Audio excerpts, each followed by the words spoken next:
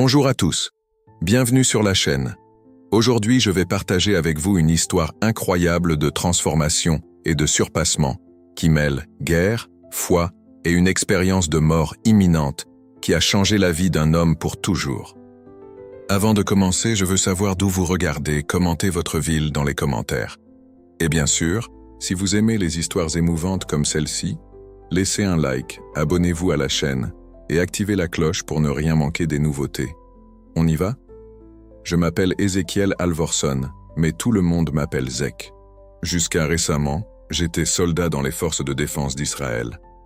La guerre a façonné ma vie, mais ce que je m'apprête à partager n'est pas seulement une histoire de combat. C'est une expérience qui m'a transformé pour toujours. Ce que j'ai vécu ce jour-là m'a tiré du bord de la mort et, d'une certaine manière, m'a ramené à la vie en tant que personne complètement différente. Voici mon histoire. Un jour de ciel dégagé, la chaleur était écrasante. Le soleil frappait le nord de Gaza, réfléchissant sur le métal et le béton brisé. Nous marchions en formation, attentifs aux moindres mouvements. Mon uniforme était imbibé de sueur, mais je ne le remarquais guère. Il y avait quelque chose de plus lourd que la chaleur ou le poids de l'équipement. Attention dans les airs, moi et mon unité avions reçu des ordres clairs ce matin-là.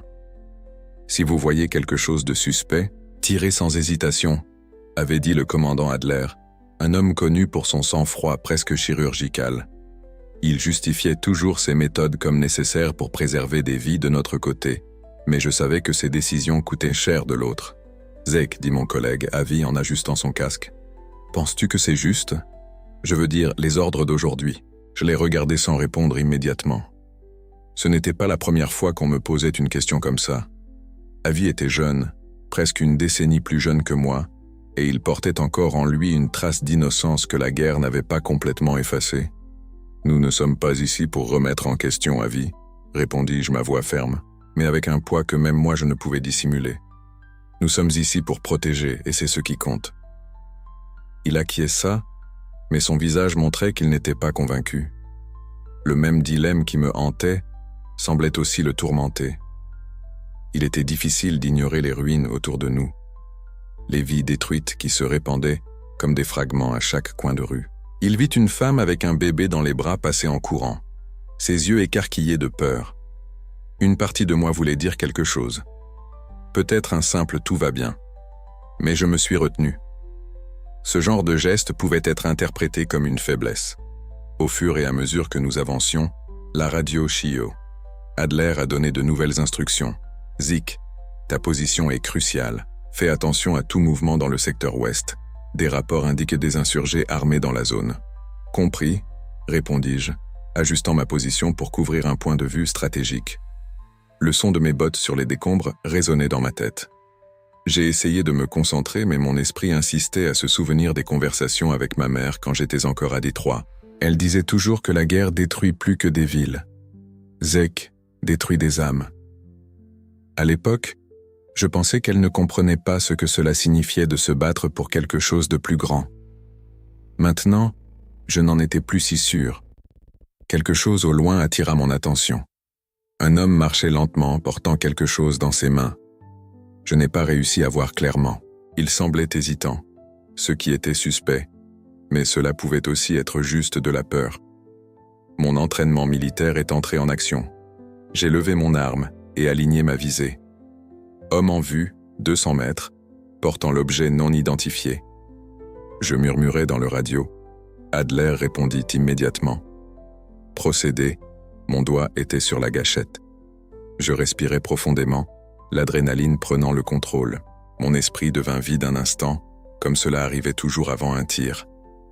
Mais quelque chose ne semblait pas juste. J'hésitais pendant une seconde, et c'est alors que tout a changé. Cet instant semblait figé dans le temps. Ma vision était fixée sur l'homme devant moi, mais mon esprit vagabondait dans 1000 directions. J'avais des ordres clairs, un entraînement parfait et une mission à accomplir. Mais il y avait quelque chose dans la posture de cet homme qui me rendait inquiet. Il tenait quelque chose dans ses bras, pressé contre sa poitrine, mais cela ne semblait pas être une arme. Peut-être que c'était un paquet, peut-être quelque chose de plus, peut-être rien. Mon doigt tremblait sur la gâchette. « Tirez », disait la voix du commandant Adler, claire et froide à la radio. « Vous compromettez la mission. » Je savais ce que je devais faire. C'était ce que j'avais entraîné pendant des années. Toute l'excitation était un risque, et chaque seconde augmentait les chances d'un désastre. Mais quelque chose en moi luttait contre cela. À ce moment-là, je ressentis une pression écrasante dans ma poitrine, comme si deux forces invisibles étaient en conflit. Je voulais croire que c'était juste la chaleur ou la tension, mais au fond, je savais que c'était quelque chose de plus profond. Avant que je puisse prendre une décision, j'ai entendu un craquement sec. L'adoration était instantanée, ardente, comme si une flamme traversait mon épaule. Mon corps entier s'est raidi et l'arme est tombée de mes mains. J'ai regardé en bas et j'ai vu le sang se répandre sur l'uniforme. Mon cœur s'est emballé, et le son du monde autour de moi a commencé à disparaître. Zé a été touché. Nous avons besoin d'aide. Quelqu'un a crié. Je n'ai pas réussi à identifier qui c'était. La vue est devenue floue, et mes jambes ont cédé. La chute semblait interminable. Je me souviens d'avoir senti le sol froid et rugueux contre mon visage avant que tout ne s'éteigne. Quand je me suis réveillé, je n'étais plus là. Ou du moins, c'est ce qu'il semblait. Je voyais mon corps étendu sur le sol, entouré de débris et de la fumée des explosions. A était à genoux à mes côtés, pressant ma blessure avec ses mains ensanglantées, le visage pâle de désespoir. D'autres soldats criaient, appelant des renforts et des médecins. Mais je n'étais plus prisonnier de cela. Mon corps était là, mais moi, je ne l'étais pas. C'était comme si j'avais été arraché à cette réalité. Je flottais, observant tout d'en haut. La sensation était étrange et inconfortable. Mais en même temps, il y avait un calme inattendu. Le son des armes, les cris de douleur, tout semblait lointain, comme si j'écoutais à travers un verre épais. J'ai essayé de crier, d'appeler quelqu'un, mais aucun son ne sortait. C'était comme si ma voix n'existait plus. En dessous de moi. Je la voyais pleurer. « Zek, reste avec moi. Ne ferme pas les yeux. Pas maintenant. » Il criait, mais je savais qu'il ne pouvait pas m'entendre. C'est alors que j'ai remarqué quelque chose d'encore plus étrange. Alors que je regardais le champ de bataille, une faible lumière est apparue au loin. Ce n'était pas une explosion ni un reflet. C'était quelque chose de différent, comme une ouverture.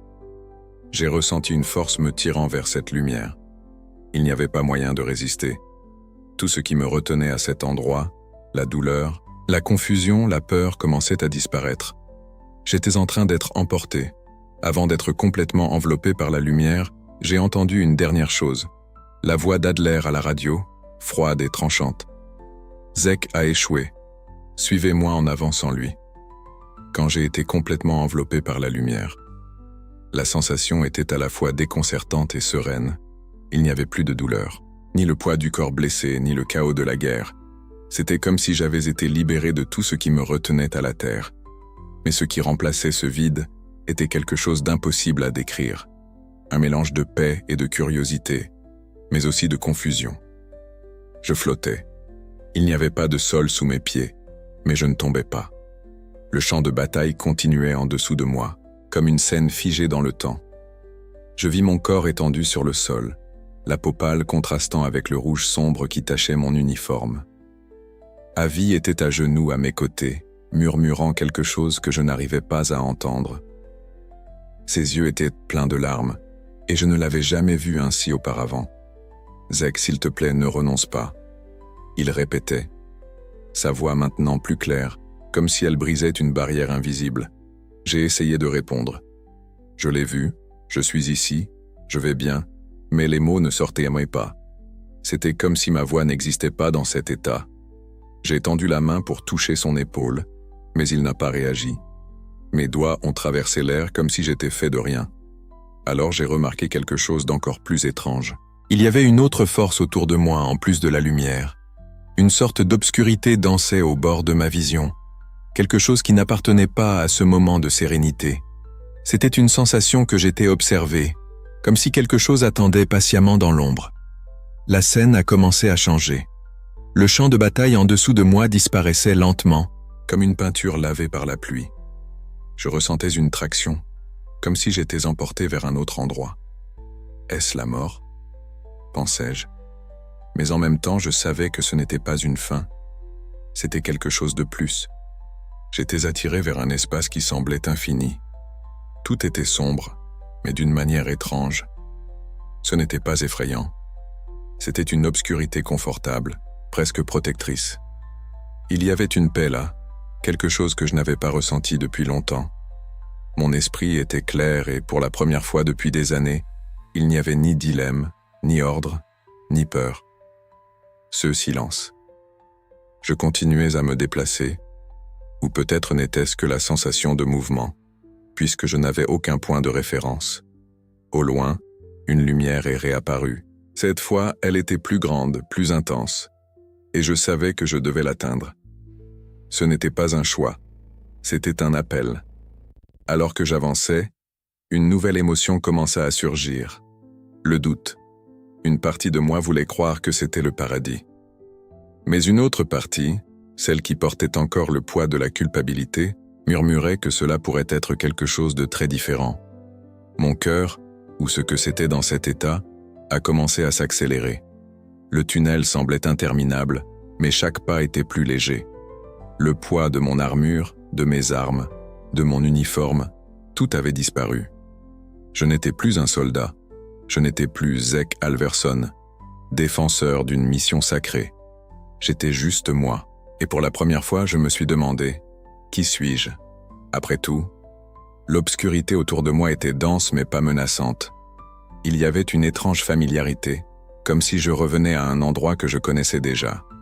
Bien que je ne parvienne pas à me souvenir d'où, le tunnel devant moi semblait vivant, pulsant légèrement, comme s'il respirait.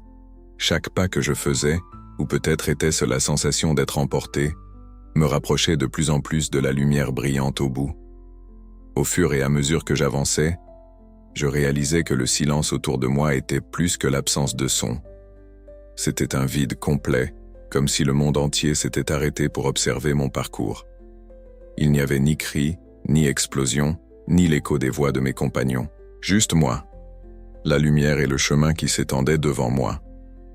J'ai essayé de réfléchir à ce qui se passait, mais mon esprit semblait divisé. Une partie de moi était en paix, presque engourdie, tandis qu'une autre était agitée, essayant de trouver des réponses. Est-ce la fin? J'ai pensé. C'est seulement le début de quelque chose de plus grand. Alors que je m'approchais de la lumière, j'ai commencé à remarquer de petits détails autour de moi. Ce n'était pas seulement l'obscurité. Il y avait des points brillants qui scintillaient comme des étoiles lointaines. Elles n'étaient pas là pour éclairer le tunnel, mais elles donnaient l'impression que j'étais observé. C'était comme si l'univers lui-même était témoin de ma marche. La lumière devant moi est devenue plus forte, et maintenant je pouvais voir que ce n'était pas seulement une lumière. Il y avait quelque chose au-delà d'elle, une structure, une sorte de portail qui semblait se dilater et se contracter doucement. À chaque pas, je ressentais une légèreté accrue, comme si des parties du poids que je portais dans ma vie étaient arrachées de moi. C'est alors que j'ai commencé à entendre des voix, murmurant doucement autour de moi. Elles n'étaient pas menaçantes, mais elles n'étaient pas non plus réconfortantes. Elles parlaient dans des langues que je ne connaissais pas, mais d'une certaine manière, je comprenais. C'était ce que j'entendais le plus souvent. Je ne savais pas quoi répondre. J'étais prêt. Pourquoi faire? Au fond de ma conscience, les souvenirs ont commencé à surgir. Le visage de ma mère criant après moi, le regard terrifié de la femme avec l'enfant qui avait couru dans la rue, les yeux suppliants de personnes que je ne savais même pas si elles étaient des amis ou des ennemis. J'ai essayé d'éloigner ces pensées, mais c'était comme si le tunnel me ramenait à la surface. Alors, une voix plus claire s'est détachée parmi les murmures. Elle était profonde, mais douce comme le son d'un tonnerre lointain. « Zek, tu as des choix à faire. » Le message était direct mais confus, qu'il n'y avait pas de choix dans la guerre, il n'y avait que des ordres, et tu les suivais. C'était ça ou mourir. La lumière était éblouissante maintenant, si brillante qu'il était presque impossible de regarder directement. J'ai traversé le portail, et j'ai immédiatement été envahi par une sensation indescriptible. C'était comme être enveloppé de chaleur, d'amour et de paix. Mais il y avait aussi quelque chose d'écrasant là-dedans. J'étais dans un endroit qui transcendait toute description humaine. Avant moi, il y avait quelque chose qui semblait impossible. Une ville faite de lumière dorée, elle brillait d'une beauté si parfaite qu'il était presque douloureux de la regarder. J'entendais de la musique, des rires et un parfum doux dans l'air, comme des fleurs de printemps, après une légère pluie. Pour la première fois depuis le début de la guerre, je me suis senti en paix. La ville devant moi était une vision qui défiait toute logique. Chaque bâtiment semblait fait d'or liquide, brillant comme s'ils étaient touchés directement par la lumière d'un seul éternel. Les rues étaient pavées de pierres translucides qui semblaient vibrer légèrement à chaque pas que je faisais. Les gens, ou du moins ceux qui semblaient être des gens, marchaient joyeusement, leurs visages illuminés par des sourires sereins. Je n'avais jamais vu une telle harmonie. Il n'y avait ni hâte, ni douleur, ni peur. L'air était imprégné d'un parfum doux, comme l'arôme de fleurs fraîches en bouton. Une musique douce, presque imperceptible, emplissait l'espace, comme si elle venait de tous les côtés en même temps. C'était une mélodie réconfortante, mais si éthérée qu'elle semblait plus ressentie qu'entendue. J'ai marché dans la ville, étourdi par la beauté des lieux, les figures qui passaient près de moi et saluaient avec des regards chaleureux, mais ne parlaient pas. Certains faisaient de légers signes de la main et leurs mouvements étaient fluides, presque comme s'ils dansaient. Je voulais demander où j'étais, mais quelque chose me disait que la réponse n'importait pas. Être simplement là était suffisant. Alors que je marchais, j'ai commencé à remarquer de petits détails qui rendaient l'endroit encore plus surréaliste. Les arbres le long des rues avaient des feuilles qui semblaient faites de cristal, réfléchissant la lumière dorée dans toutes les directions. Des oiseaux volaient au-dessus, leurs plumes scintillant comme des bijoux. Il y avait des rivières d'eau cristalline qui coulaient doucement et les gens s'asseyaient le long des rives, plongeant leurs pieds dans le courant. Je me suis arrêté sur l'une de ces rives et j'ai observé mon reflet dans l'eau. Je n'ai pas vu le soldat qui était sur le champ de bataille. Il n'y avait ni uniforme, ni sang, ni l'expression durcie que je portais. J'avais l'air plus jeune, plus léger, mes yeux qui auparavant portaient le poids de tant de choix difficiles. Maintenant, ils étaient pleins de curiosité. Pendant un moment, je me suis senti complètement libre, mais cette sensation n'a pas duré. Peu à peu, quelque chose a commencé à changer. D'abord, c'était la température. La chaleur confortable qui enveloppait la ville a laissé place à un froid subtil, mais croissant. Puis, j'ai réalisé que la musique douce s'était arrêtée. Le silence n'était pas réconfortant comme avant. Il était lourd, comme si l'endroit retenait son souffle. Les gens autour de moi ont également commencé à changer.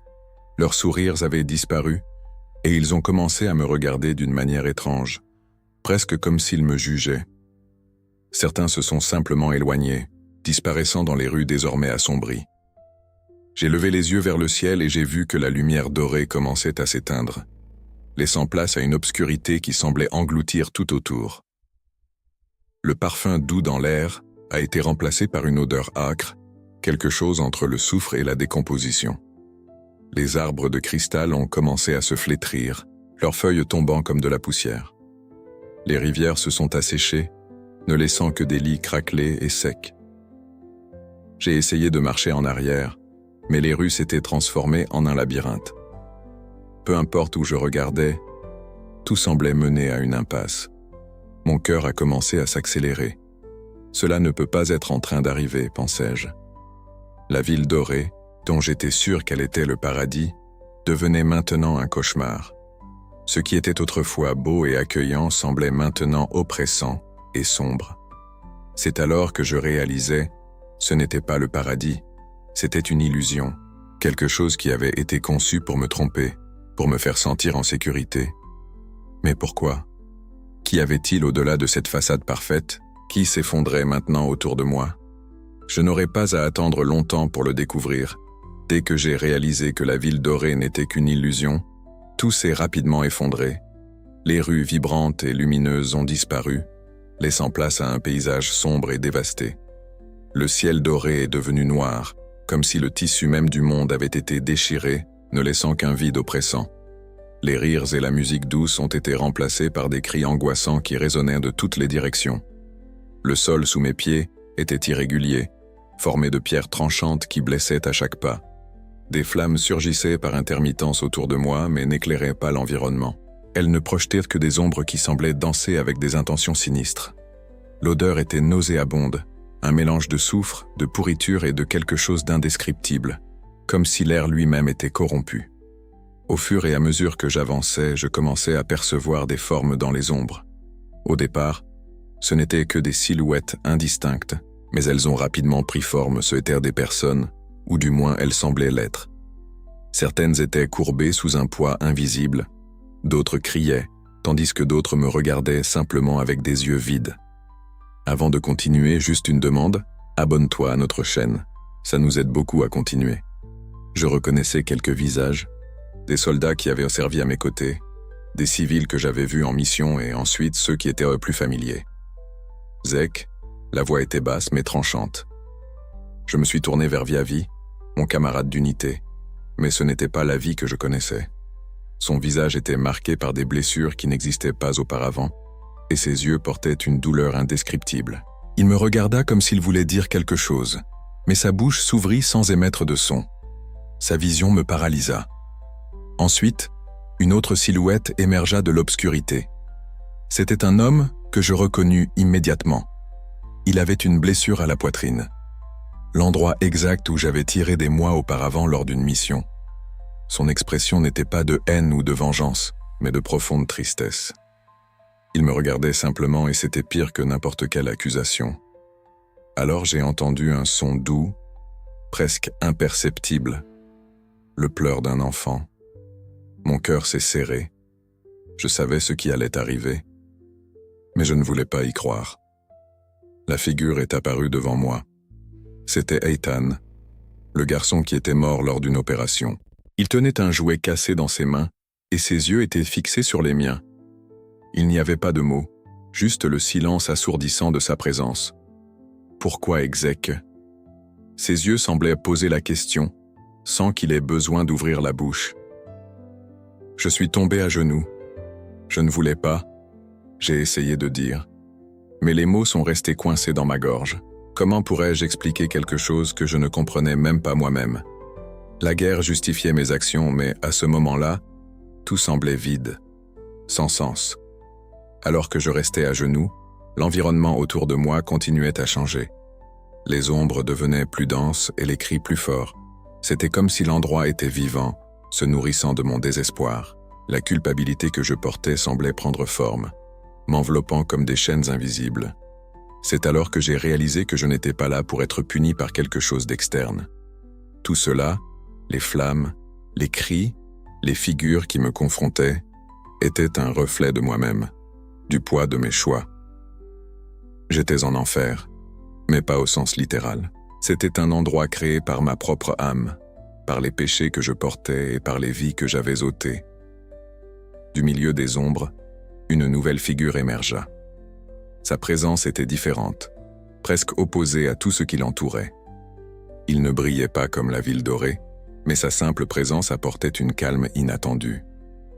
Ses yeux étaient profonds, comme s'ils contenaient la sagesse des époques, et son visage était marqué par une sérénité indescriptible.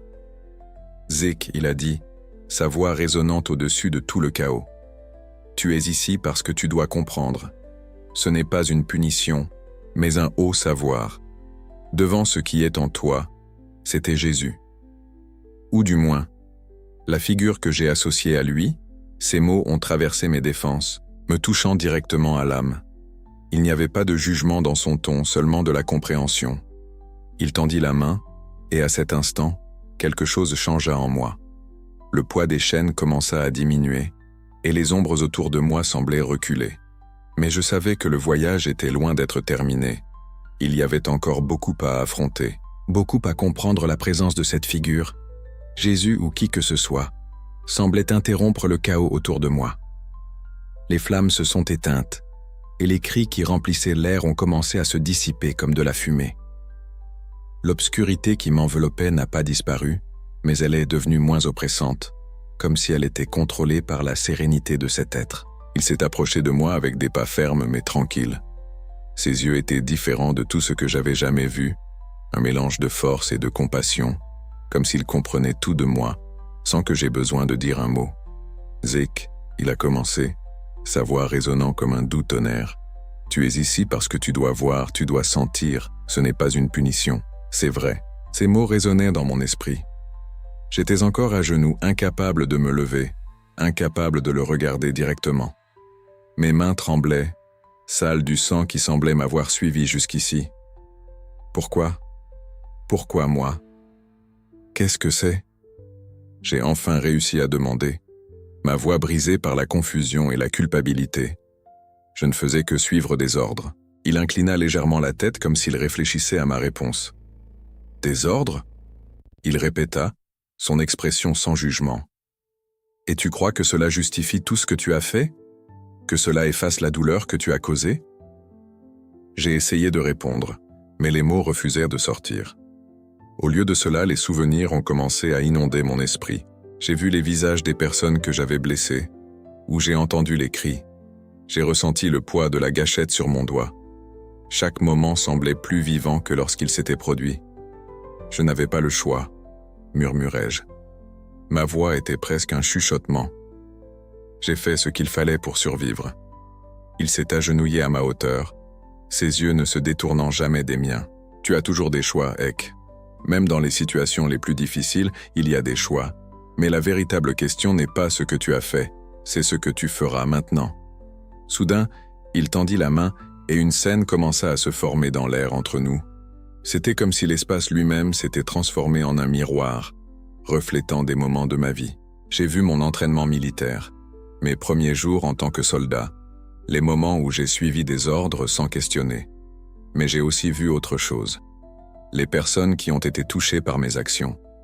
Leur vie, leur famille, leurs histoires que je n'avais jamais considérées. Une des scènes m'a frappé de plein fouet.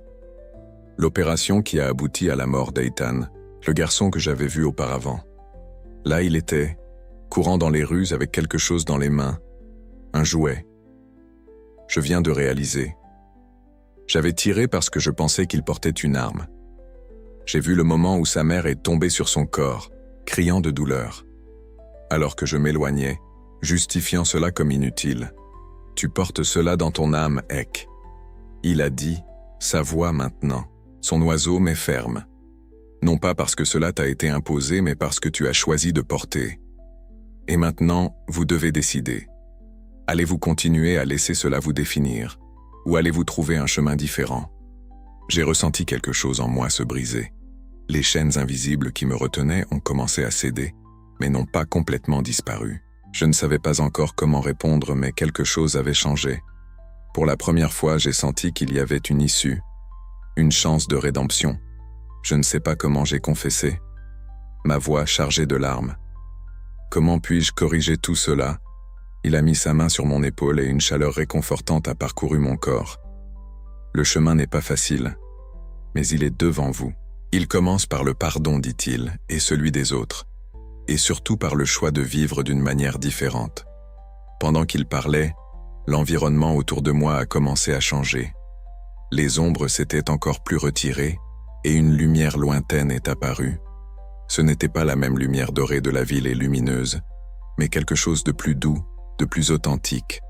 Je savais, à ce moment-là, que mon voyage ne faisait que commencer.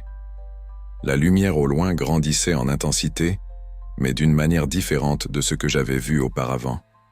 Elle ne brûlait, ni n'intimidait.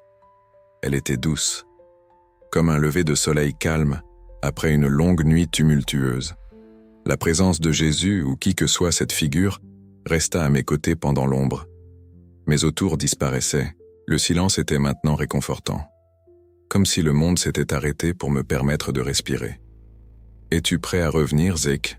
demanda-t-il, sa voix résonnant comme une douce vague. Que signifiait être prêt? Je portais encore le poids de mes actions, les souvenirs des visages que j'avais vus, la douleur que j'avais causée. Mais il y avait quelque chose de différent en moi maintenant. Pour la première fois, je sentais que le pardon, bien que lointain, était possible. Je ne savais pas comment l'atteindre, mais j'étais prêt à essayer.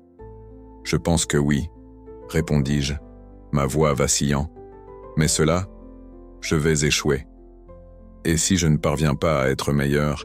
Il me regarda avec une expression mêlant compréhension et patience. Le voyage n'est pas une question de perfection, Zek. C'est une question de progrès. Chaque pas que tu feras, même petit, sera un pas vers la paix. Puis il tendit la main et toucha mon front.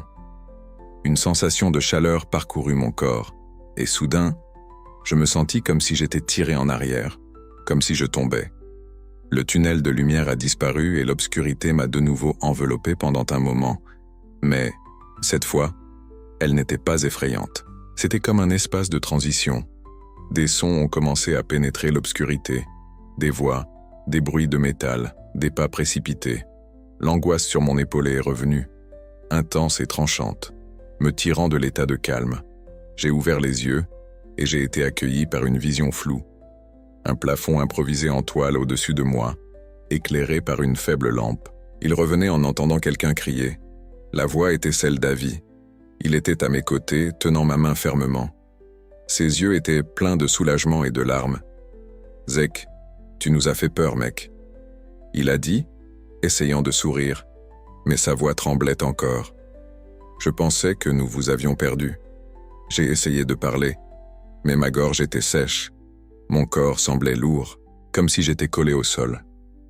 Après quelques secondes, j'ai réussi à murmurer « Où suis-je » Avi a répondu rapidement « Tu es au poste médical de campagne, nous avons été attaqués et tu as été touché. Le médecin a dit que tu as perdu beaucoup de sang, mais que ça ira. Tu as eu de la chance. » Pendant qu'il parlait, des flashs de mon expérience ont commencé à revenir. La ville dorée, l'enfer, la figure de Jésus, ses paroles, tout semblait à la fois réel et lointain, comme un rêve qui laissait encore des marques. Je regardais ma main droite et me souvins de son toucher dans le tunnel, comme si la sensation y était encore. Avi, j'ai commencé, ma voix faible. J'ai vu des choses, j'étais dans un autre endroit. Il a froncé les sourcils, confus.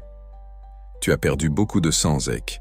Peut-être que c'était un délire, mais je savais que ce n'était pas le cas. Quelque chose en moi avait changé. Je pouvais le sentir, même si je n'avais pas encore réussi à mettre des mots dessus. La guerre, la culpabilité, tout ce que je portais avant semblait différent maintenant. Plus comme une croix impossible à porter, mais comme un fardeau que je pourrais apprendre à alléger. Le médecin est entré dans la tente, interrompant notre conversation. Il a évalué mon état et a dit que j'aurais besoin de temps pour me rétablir, mais que je survivrais. Pendant qu'il parlait, je continuais à penser aux paroles de Jésus. Le chemin commence par le pardon. Je ne savais pas comment commencer ce voyage, mais je savais que je devais essayer. Quelque chose en moi me disait que ma véritable mission ne faisait que commencer. Le retour à la vie quotidienne n'a pas été aussi immédiat que d'ouvrir les yeux dans cette tente médicale, encore à la base militaire, tandis que je me remettais physiquement. J'ai commencé à percevoir la profondeur du changement qui s'était produit en moi.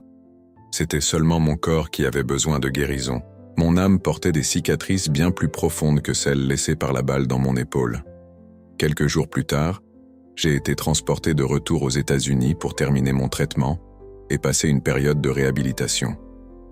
Détroit, ma ville natale, m'a accueilli avec le même contraste qui a toujours existé là-bas, des rues pleines de vie et en même temps marquées par des défis et des inégalités.